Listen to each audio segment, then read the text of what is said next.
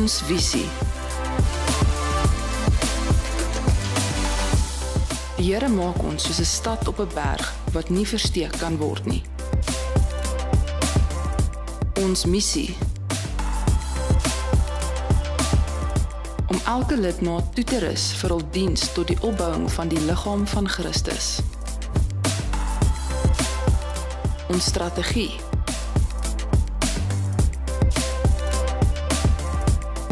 Gaan die hele wêreld in en verkondig die goeie nuus aan almal. Ons waardes. Groei. In die beeld van Christus. Konneksie.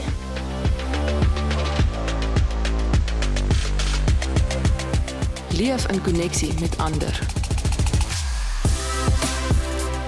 Dien. In jou God gegewe gawes. Deel. Die boodskap van Jesus Christus.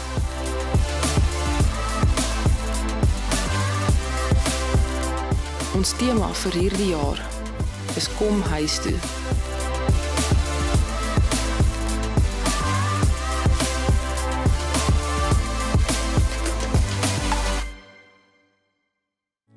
Goeienaand Woord en Lewe.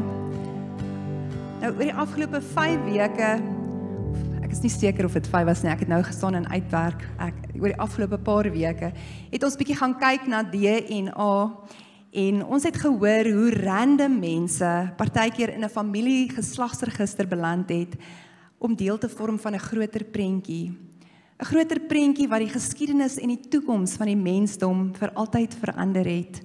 Pastor Gerard het so 'n paar weke terug het hy gepraat en ons verduidelik hoe wonderbaarlik is ons aan mekaar gesit en in ons moederskoot gevorm. Hoe ons tussen 30 en 40 triljoen selle gehad het wat gevorm het terwyl jy nog in jou ma se skoot was. Nou dit het als gebeur nadat een sel van die ma en een sel van die pa ontmoet het en begin het om nuwe DNA te vorm. En uit biljoene mense is jy uniek. Nou net om dit bietjie vir julle te demonstreer, het ek dit goed gedink om die Barnard familie vanaand uit te nooi na die verhoog toe. Renaldo is altyd so lief daarvoor om dit met die kinders te doen. Ons gaan dit vanaand bietjie met hom doen. Kom julle.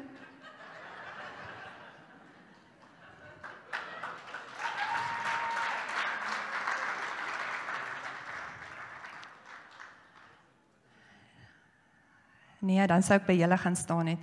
Hy vra my wat as ons nie gekom het nie. Hy's 'n baie gehoorsame man. So, dit het gekom van ons twee wat mekaar baie behaag het. Ek hou van die woord.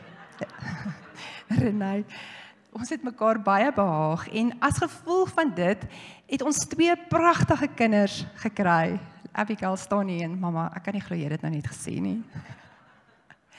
Nou 50% van my DNA is in Abigail, sy is ons eersgeborene, sy is nou 20 jaar oud, en 50% van Renaldo se DNA is ook in haar, en so ook met Ricardo, 50% van my, 50% van hom. Nou as ons by die kop begin en afwerk na die tone toe, dan sal julle kan sien dat albei hierdie kinders het die Barnard gene gekry, hulle almal is baie lank, ek het aan die kortste end getrek in hierdie familie, en dan soos wat ons afbeweeg, Abigail was so gelukkig om Renaldo se pragtige groen oë te kry, blou oë te kry, groen-blou oë te kry, maar saam met hierdie pragtige groen-blou oë het die brille gekom.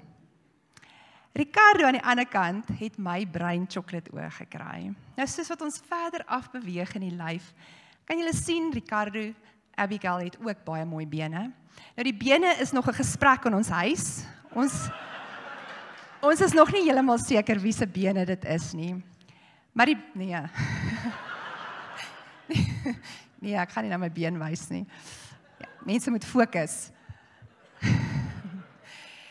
Maar die beste deel, julle, Ricardo het my voete gekry, ek het sulke breë voetjies, maar Abigail het Renaldo se oulike tone gekry. So as julle nou ooit die geleentheid kry om na Ronaldo se tone te kyk, julle moet tog net loer. Dis die oulikste goedjies. Hy het dit by sy pa gekry. Maar ja, baie dankie julle. Kom ons gee vir hulle 'n lekker hande klap.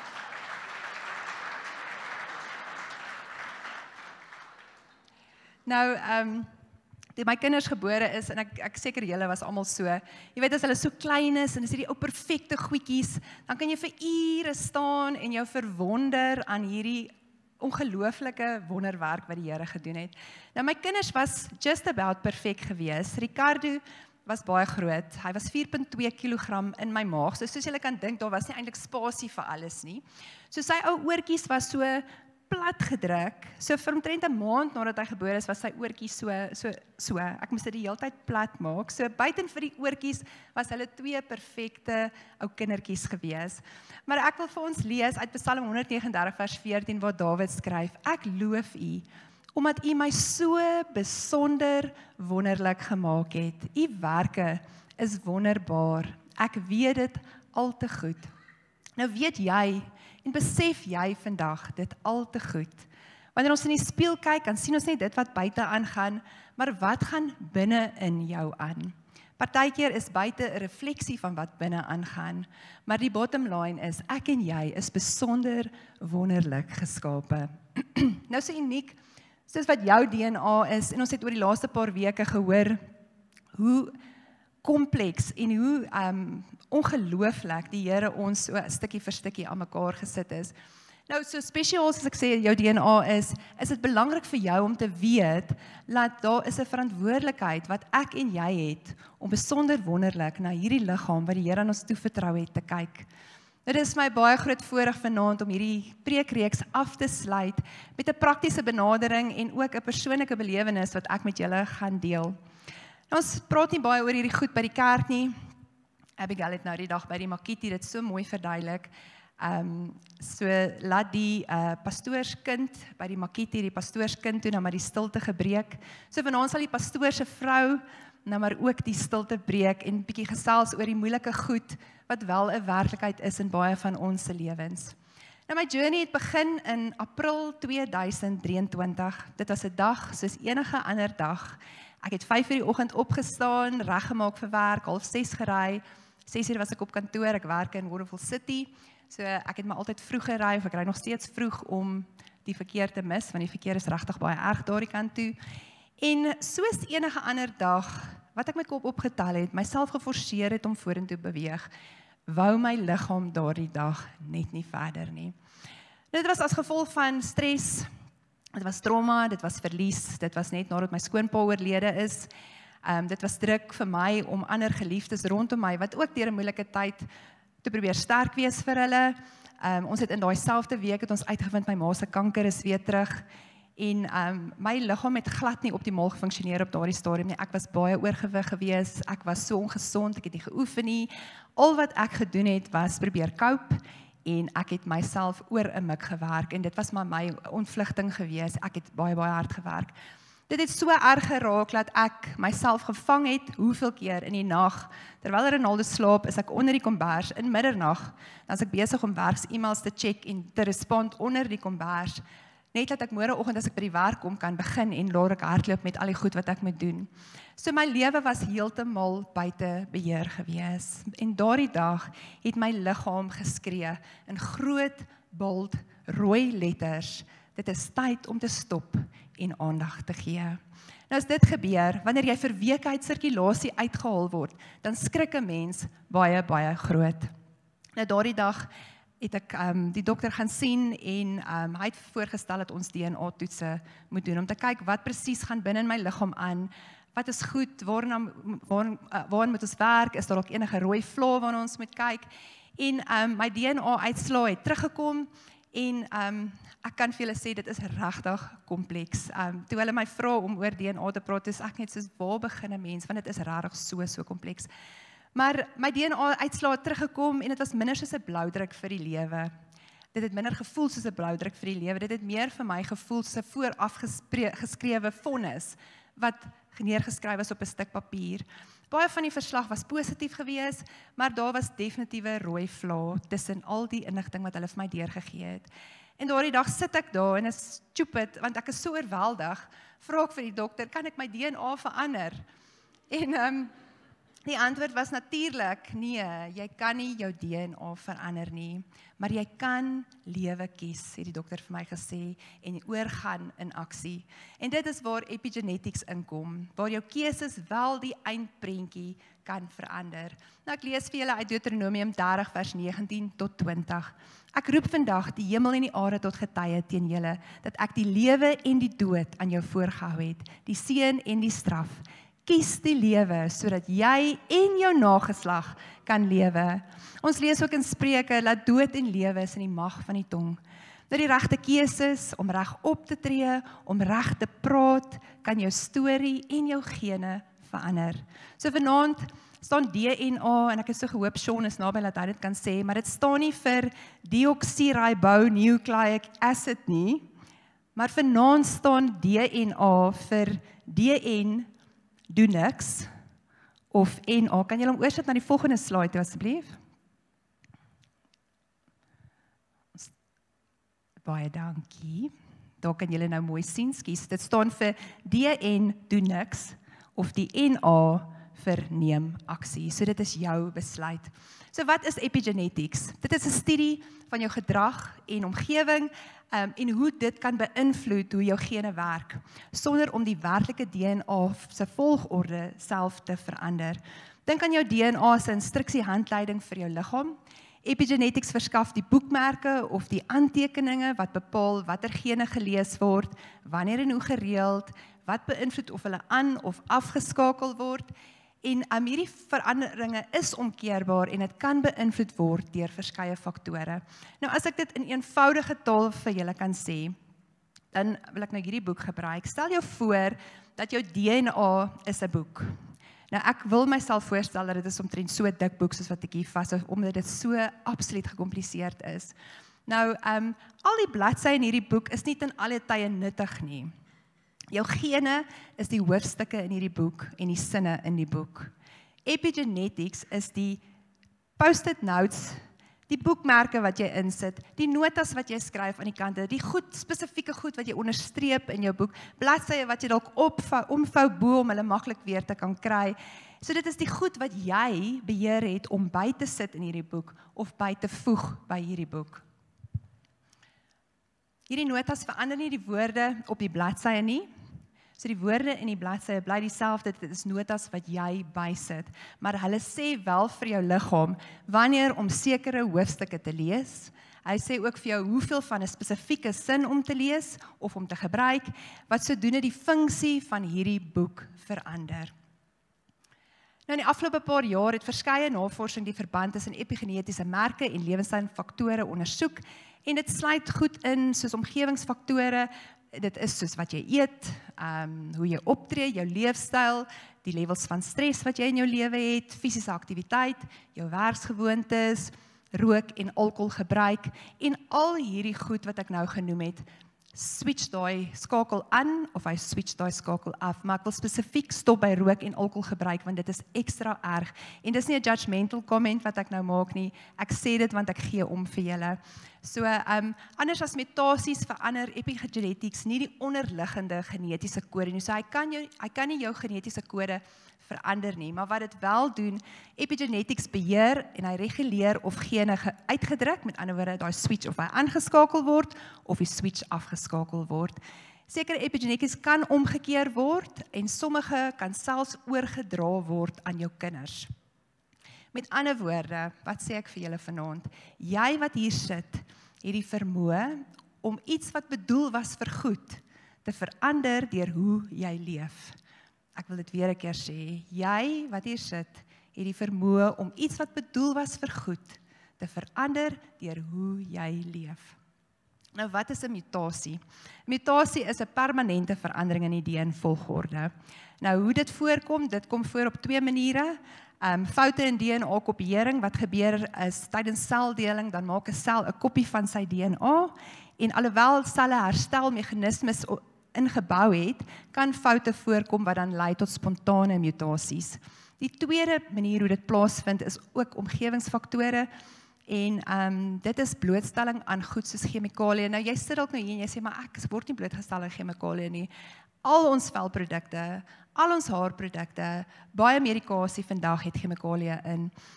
Bestraling, dit sluit in UV sowel as X-strale, en dan ook virusse kan DNA beskadig en mutasies veroorsaak. Met ander woorde, wat permanente verandering kan doen aan jou DNA-volgorde. Nou ek weet, hierdie klink baie oorweldigend, dis vreeslik baie inligting, maar wat ek vir jou wil sê, ek wil jou gerus stel vanaand, dat jou DNA is nie jou lot nie. Dink daaraan as die ontvanklike klei, die potterbakker waarvan ons lees, waarvan die profeet Jesaja sê, hy kan kom en hy kan hierdie klei kom hervorm. Jy is nie net klei nie, maar jy is ook die hande wat die potterbakker help om hierdie klei te vorm.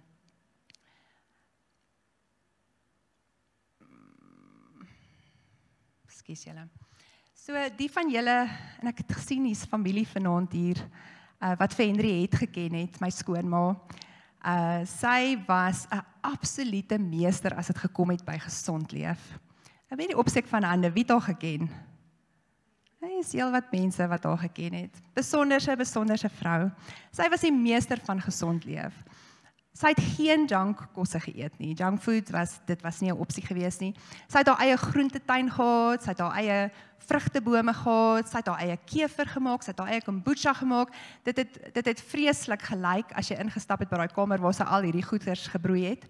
Maar sy het alles self gemaak. Sy het selfs haar eie rome gemaak. Sy het net natuurlike produkte gebruik om haar hare te was, op haar gesig, haar gremering was alles natuurlike produkte gewees. En ek het so gelag vanmiddag, dink ek aan, sy het altyd vir die kleinkinders gesê, Coke is gif. Die kleinkinders het almal geglo, Coke is gif. Totdat hulle die dag vir oupa gesien Coke drink het en oupa het nie dood gegaan nie. So toe het hulle nou nie meer geglo dat Coke is gif nie, maar dit was altyd 'n ding met die kleinkinders, as ons ek onthou een Sondag aand gaan ons garage toe na kerk en ek dink Ronaldo was lus vir Coke geweest. En hy stuur die kinders om te gaan Coke koop en die kinders kom uit en ouma stop haar voor die garage. Daai kinders draai so om, hulle loop so met die Coke so van agter af, dat ouma net nie die Coke moet sien nie. So ja, sy was baie gesond geweest. Nou die laaste keer, want ons het nie daai dag besef dis die laaste keer nie, wat ons saam met haar gaan eet het, sy het toch so skuins agter my in die kar gesit en ek het omgedraai en ek het vir haar gekyk en ek het vir haar gesê, Oumie, ek het haar Oumie genoem, ek sê verduidelik net vir my, hoekom eet jy so gesond? Besef jy dat jy gaan verskriklik oud word? En sy het so vir my gekyk en sonder enige twyfel het sy vir my gesê, want my liggaam is die tempel van die Heilige Gees en ek wil graag mooi na hom kyk. So Henriette het 1 Korintiërs 6 gevat en sy het dit haar eie gemaak. En ek wil dit vir julle lees van vers 9 en 10. Of verstaan julle nie dat julle liggame 'n tempel van die Heilige Gees is wat in julle woon en deur God aan julle gegee is nie. Julle behoort nie aan julleself nie, want julle is teen 'n duur prys gekoop. Daarom moet julle God met julle liggaam verheerlik. Dit beteken dat julle nie julle eie baas is nie en dat julle nie maar met die liggaam kan doen wat julle wil nie. Nou Henriette het so mooi na haar liggaam gekyk, nadat sy oorlede is, en ons met van die familie gesels het ons besef dat sy het ongeveer 20 jaar by haar lewe gesit, want daar was ander familie wat dieselfde hartkondisie as sy gehad het, wat in hulle vroeë 50's al oorlede is, as gevolg van hulle lewenstyl. So op die einde van die dag, al wil jou siel met alles binne in jou nog aanhou om te leef, as jou liggaam ingee, dan is jou kans om 'n verskil op hierdie aarde te maak vir altyd verby.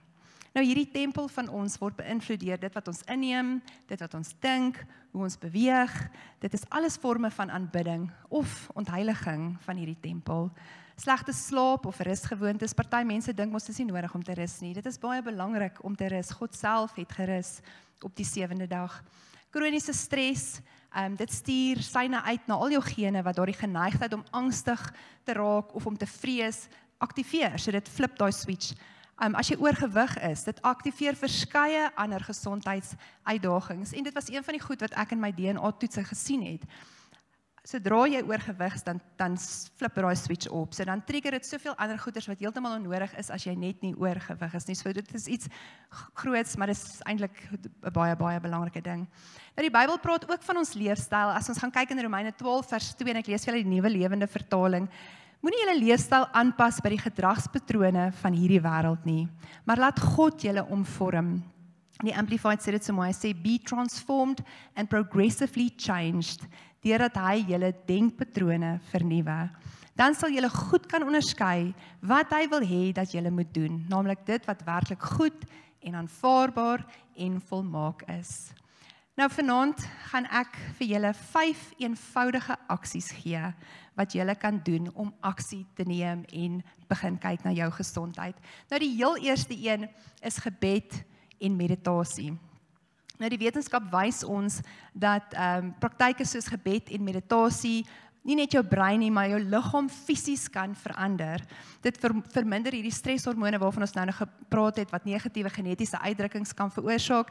Dit gaan daaroor om elke dag jou gedagtes gevange te neem, soos wat Paulus ons aangeraai het om te doen. Deur jou dag te begin met 'n eenvoudige gebed van dankbaarheid, in plaas van om te vrees of angstig te wees oor dit wat voorlê vir die dag.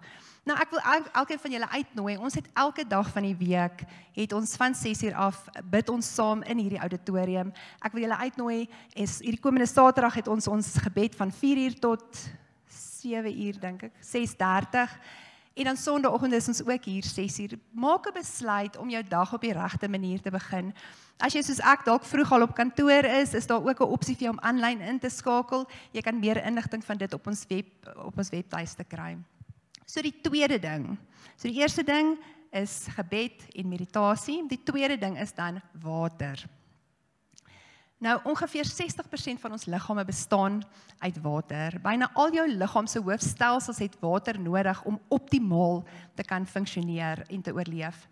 Nou ek wil hê julle moet gou, dit is nogal funny, want dit is nou die tweede keer in een dag wat ons die mense uitnooi om hulle selfone uit te haal. So haal gou jou selfoon uit, dan gaan jy na jou calculator toe. Vinnig julle. Dan sit jy jou gewig in die calculator, as jy nou weet wat jy weeg op die oomblik. As jy nie weet nie, moet jy dalk net so 'n bietjie weer gaan incheck daar. So sit jou gewig in. So wat hulle sê is, jy moet 30 ml water drink vir elke kilogram wat jy weeg. So vat jou gewig en dan maal jy dit met 0.03 en dan gaan dit vir jou getal gee van hoeveel liter water is jy veronderstel om elke dag te drink. Nou toe, 'n paar praktiese tips, want vir iemand wat niks water drink, is nou nogal 'n ding om te begin water drink. Dit is baie belangrik. Die meeste mense average so 2 liter, party is dalk 3, maar dit is omtrent wat die meeste mense average neem in ag, laat jy neem water ook in as jy koffie en tee en sulke goeders drink. So daar's ook water in kos en swaan, maar ja, dis 'n goeie manier om dit half net te reguleer. So net 'n goeie tip is, moenie 'n liter water op een slag probeer afdrink nie. Dit is beter om kleiner hoeveelhede gespasieer oor die dag te drink om optimaal jou organe en goed die water te laat benefit van. Ek stel altyd voor, begin vroeg in die oggend te drink, want as jy nou laat in die aand gaan drink, dan gaan jy nou weer 'n ander probleem hê, want dan moet jy nou weer die hele nag opstaan en dan slaap jy nie goed nie. So ons wil nou seker maak dat jy goed slaap ook. En dan die laaste ding is, party mense het die geneigtheid om te veel water te drink. So dit is ook nie goed nie. As jy te veel water drink, dan flush jy al die goeie goed reg deur jou stelsel en ons wil dit ook nie hê nie. So wees ook maar net bewus daarvan. Dan die derde ding is die regte kos en goeie aanvullings. Nou, wat ek hier wil noem is, en niemand wil dit hoor nie, al die geprosesseerde verwerkte kos wat ons so eet, om dit maar weer te verruil vir die kruie en die plante waarvan hulle in Genesis gepraat het. Die Here het so goed geweet toe hy ons aan mekaar gesit het wat ons nodig het as mens. Rick Warren het in sy boek The Daniel Plan geskryf, "Our philosophy is that if it is grown on a plant, eat it. If it was made in a plant, leave it on the shelf." So met ander woorde, as iets van 'n plant afkom wat jy in die tuin kan pluk, dan kan jy dit eet. As dit geproduce was binne in 'n plant iewers, dan moet jy dit nie eet nie. So dan kan jy maar weet, dit is verwerkte voedsel met allerlei goed in, wat jy nie graag in jou liggaam wil insit nie. 'n Ander ding is die vleis vandag. Ons weet die vleis word so vol hormone gespuit, en al daai hormone kom dan in ons liggaam, en dit dit veroorsaak dan weer wanbalanse in ons liggaam. Kosse met hoë suiker, dit is oralstes. Ek meen as jy 'n bietjie begin om na labels te kyk op kos, dan besef jy hoe baie suiker is daar in labels. En nou die fout wat ons maak is nou beweeg ons oor na sugar-free produkte. En sugar-free produkte met die versoeters het weer ander impak op jou. So byvoorbeeld aspartam, hulle het navorsing gedoen op aspartam, mense wat langdurige gebruik van aspartam, dit aktiveer, so jy flip daai switch vir Alzheimer's. So dit is goed wat as mense nie dit besef nie, weet hulle dink hulle doen die regte ding, maar dit is nie eintlik voordelig vir jou nie. Hoe lyk 'n bordkos of hoe moet jou bordkos lyk? Nou ons almal het hierdie goed op skool geleer. Of toe ek op skool was, het ons daarvan geleer, maar ek wil julle net herinner vanaand. So julle kan sien, die helfte van jou bord is veronderstel om non-starchy vegetables te wees. So dis styselvrye. Dis nie aartappels en al daai lekker goed nie. Dis jou groen groentes. Dan 'n kwart is daar vir jou carbohydrates, dis jou aartappeltjie of jou rys of wat ook al, en dan 'n kwart vir jou proteïene wat so belangrik is om in te kry. Nou ek wil voorstel vandag, as jy nie weet wat se bloedgroep jy is nie, gaan skenk bloed, want dis 'n maklike manier om uit te vind, dis gratis wat se bloedgroep jy is, en dan gaan doen 'n bietjie navorsing op die internet, sal jy baie inligting kry oor wat om te eet vir jou spesifieke bloedgroep, wat is voordelig vir jou, wat is nadelig vir jou, en dit het regtig 'n groot impak op jou, so dit sal goed wees vir jou om net 'n bietjie meer inligting daaroor te kry.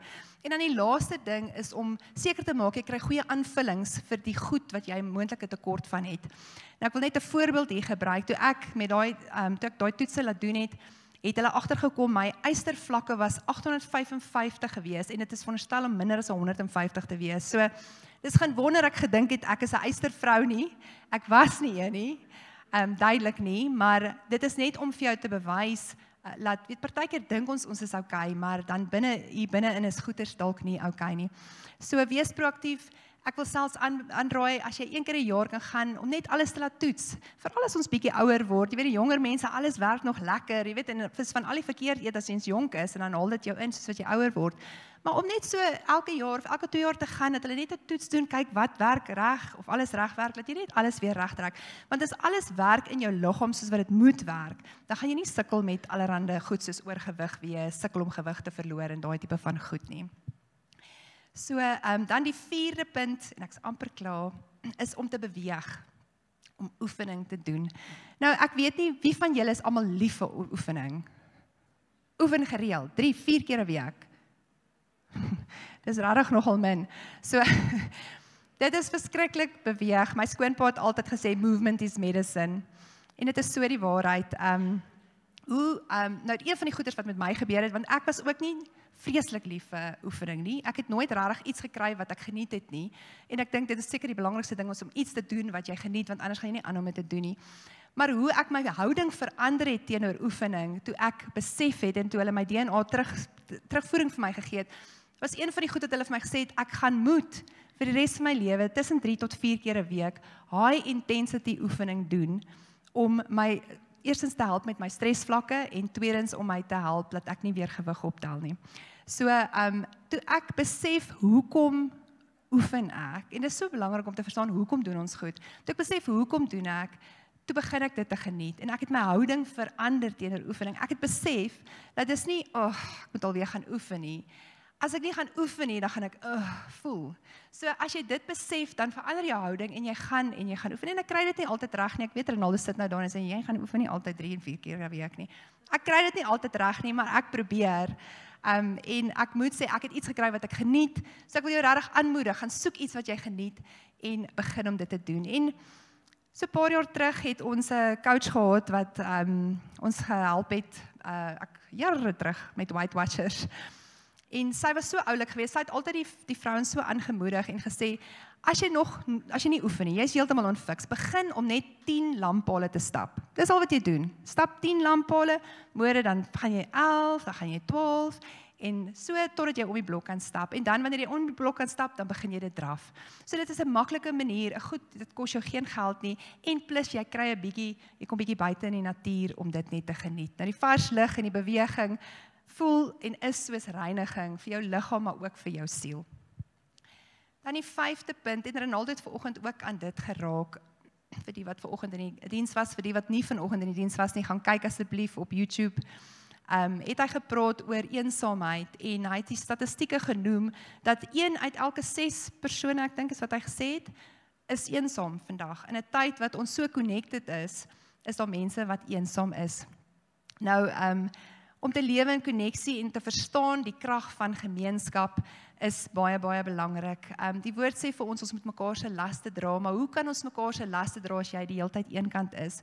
So dit is belangrik en ek wil jou aanmoedig om weer kontak te maak met vriende en familie, om jou netwerk van ondersteuning en aanmoediging te bou, want dit is 'n baie, baie belangrike deel in ons lewe. So raak betrokke as jy nog nie betrokke is in 'n konneksiegroep nie. Hierdie kerk het konneksiegroepe, ons wil jou graag betrokke maak, so kontak jou generasiepastoor, hulle sal jou graag wil laat indeel of jou aan mense laat ontmoet saam met wie jy in 'n konneksiegroep kan wees.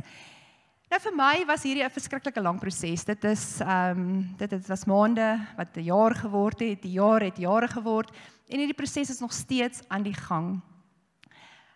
Maar wat wel gebeur het, is in hierdie proses het daar 'n diep verskuiwing binne in my plaasgevind. Die weerkaatsing wat ek in die spieël sien, is nie meer die gesig van dit wat sleg is nie, maar dit is 'n bewys van die krag van die regte keuses en van God se reddende hand, wat altyd gereed staan om jou te kom aanraak wanneer jy dit die meeste nodig het.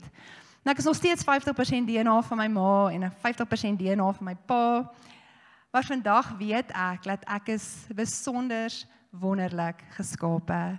Ek is 'n nuwe skepping. Maar ek verstaan ook vandag die verantwoordelikheid wat ek het om mooi na hierdie liggaam wat die Here vir my gegee het te kyk. Nou jy word 'n medeskepper van jou eie gesondheid. Dit is 'n groot verantwoordelikheid en dit is so maklik vir ons om net terug te sit en niks te doen nie. Daardie dag toe ek daai uitslag gekry het, kon ek besluit het ek gaan terugsit en niks doen nie. En ek wil nie weet wat sou gebeur het as ek net niks gedoen het nie, maar ek het daai dag 'n besluit gemaak, ek gaan oorgaan in aksie en ek gaan hierdie switch flip na die regte kant toe. So, ons kyk so mooi na ons voertuie, jy weet as daai rooi liggie aangaan, dan vat ons hom in vir 'n diens, die olie liggie aangaan, gaan gooi ons olie in. Hoeveel te meer moet ons kyk na hierdie groot geskenk wat die Here vir elkeen van ons gegee het en aan ons toevertrou het. Nou, elkeen van ons het 'n amazing en 'n baie komplekse kode wat aan jou gegee is. Neem dit met wysheid en geloof, maar ook met verantwoordelikheid. Kies die lewe, want jy kan kies. Die keuse is joune. So ek wil weer vir julle sê, DN, doen niks, of NA, neem aksie. Oktober maand is weer 'n maand van gebed en vas hier by Woord en Lewe. So ek wil julle aanmoedig om hierdie geleentheid aan te gryp. En ek wil vir ons afsluit met 1 Korintiërs 10 vers 31. Of julle eet en of julle drink, of wat julle ook al doen, doen alles tot eer van God. Ons staan in die begin van 'n nuwe maand en ook 'n nuwe seisoen. Nou vir die van julle wat saam met my wil opstaan en sê, ek wil hierdie geleentheid aangryp, ek wil kom en ek wil net weer 'n kommitment maak om verantwoordelik te kyk na hierdie liggaam wat die Here aan my toevertrou het, wil ek julle nooi om te staan en Werner gaan kom en hy gaan vir ons die diens afsluit.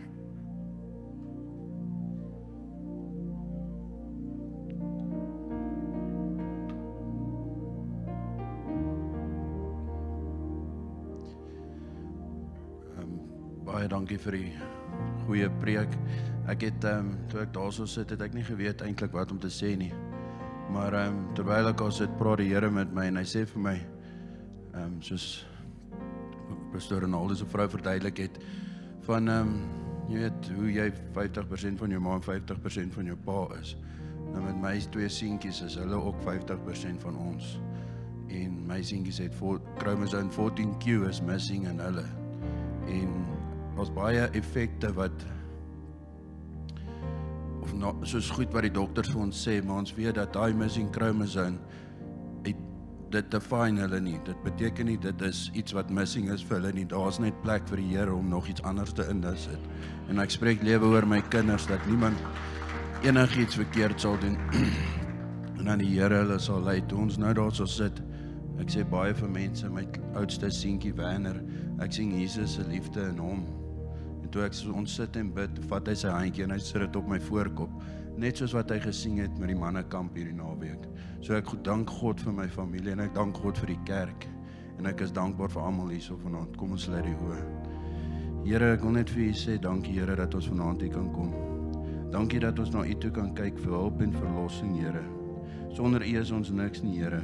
Maar ons weet, Here, as ons by U krag kry, Here, kan ons enige berg oorkom, Here. Here, wat U vir ons doen, Here, is onmeetbaar.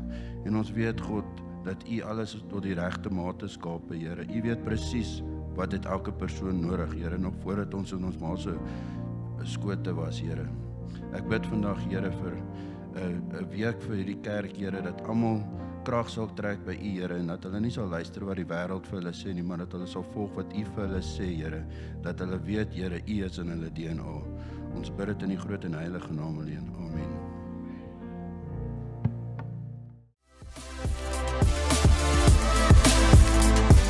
Ons visie. Die Here maak ons soos 'n stad op 'n berg wat nie versteek kan word nie. Ons missie. Om elke lidmaat toe te rus vir hul diens tot die opbouing van die liggaam van Christus. Ons strategie.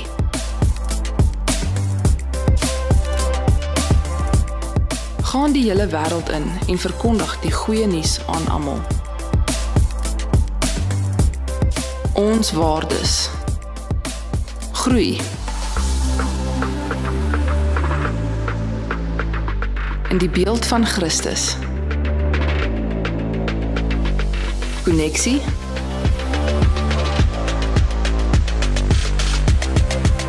Leef in koneksie met ander.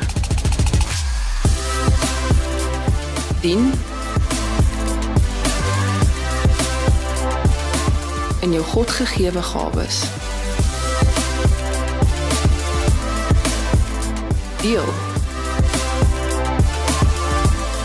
Die boodskap van Jesus Christus.